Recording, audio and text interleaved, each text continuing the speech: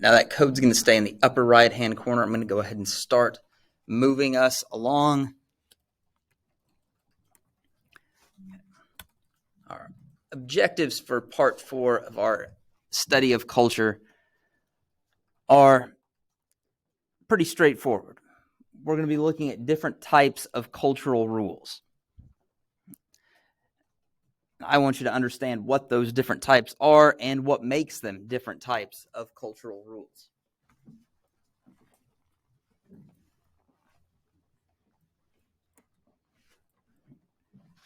And if we're talking about rules, we are talking about control. So by the end of this, you should be prepared to intelligently discuss the role that social control plays within a culture. You're not going to have to tune into Alex Jones or anything to learn about social control. It's nothing necessarily scary or insidious, but control is part of culture. Was he arrested? Who, Alex Jones? Yeah. It was a civil case. So just they hit him in the pocketbook. So cultural rules. Every culture has rules. So in that sense, we could think of rules as a cultural universal. Of course, those rules are going to vary from culture to culture. And we're going to start with kind of the middle of the road set of rules, and those are called norms. A lot of these are variations on norms. And when you think of norms, think about what we are normally supposed to do. These are standards for how to behave that most people in society more or less agree with. I know that sounds very fuzzy and shaky, and in a lot of cases it is.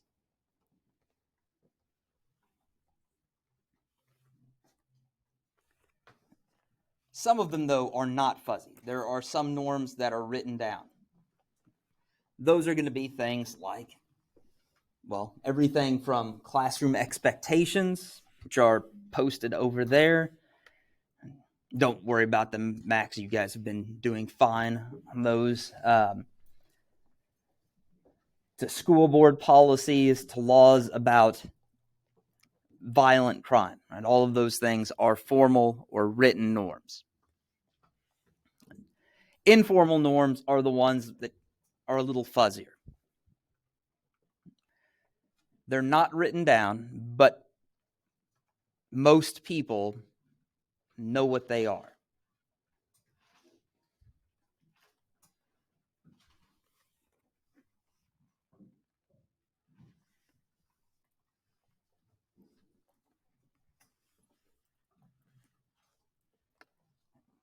And then we've got mores.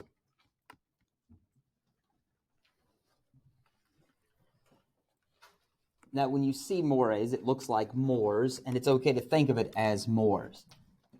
And I won't laugh at you if you pronounce it as Moors. If, like one of my unfortunate Kenyan colleagues at the University of Kansas, you pronounce a Dutchman's name who would be Leipart as Lidgefart, I will laugh at you.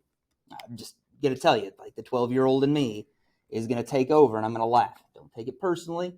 We also won't be talking about Leipart, so it shouldn't happen. But, all right, if you slip up on mores and pronounce it Moors, I'll know what you mean, and I won't give you any grief. Matter of fact, as I said, I want you to kind of think about it as more, because mores are the more important norms.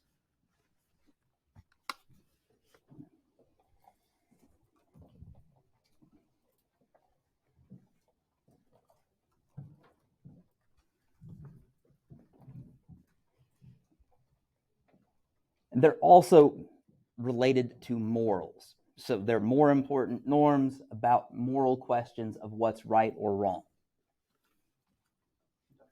Yep. Which one is this? Social rules.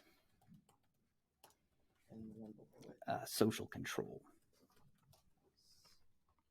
Cammy was still loading.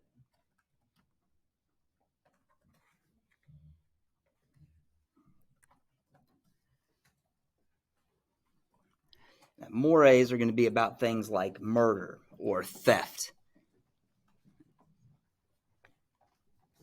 folkways are at the other end of that spectrum. They are our very simple norms.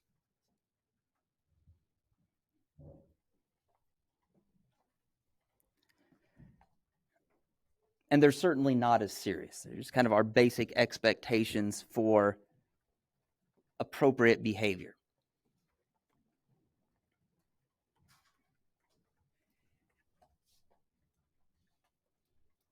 And for this, with folkways, I encourage you to think of people who are folksy, right?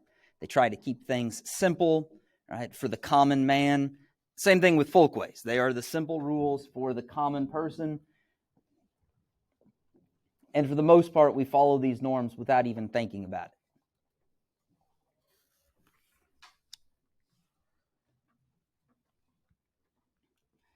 Example of that, at least in our society's culture, would be if somebody sneezes, somebody will say, "Bless you."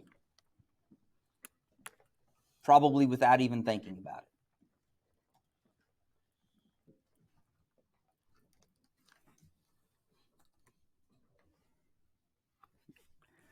Okay, and here's where you do need to be in the Pear Deck. You need to think about some of our social rules. All right. So put yourself in this scenario. Imagine you are driving in that car. What should you try to do? Where did the box go? There should have been a box around that vehicle. All right, what should you do if you're the driver of that car for that vehicle? Don't answer it out loud. Just for the Pear Deck. I'm going to give you guys a minute, not because I think you need a minute to think about it, but some of us type faster than others, and some of us type more than others. So what should you, as the driver of that car, do for the merging vehicle? Okay, go ahead, Microsoft.